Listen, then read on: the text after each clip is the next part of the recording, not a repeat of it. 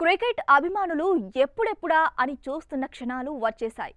IPL 2025 season ముగింపు దశకు వచ్చేసింది.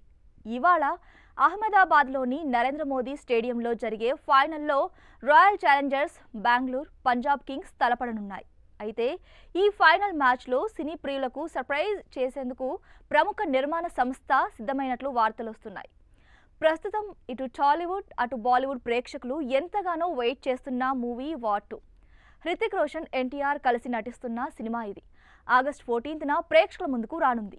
ఈ నేపథ్యంలోనే ప్రచారంలో భాగంగా ఇవాళ జరగనున్న ఐపీఎల్ ఫైనల్ మ్యాచ్లో ఓ స్పెషల్ గ్లిమ్స్ను మూవీ మేకర్స్ ప్రసారం చేయనున్నట్లు వార్తలొస్తున్నాయి.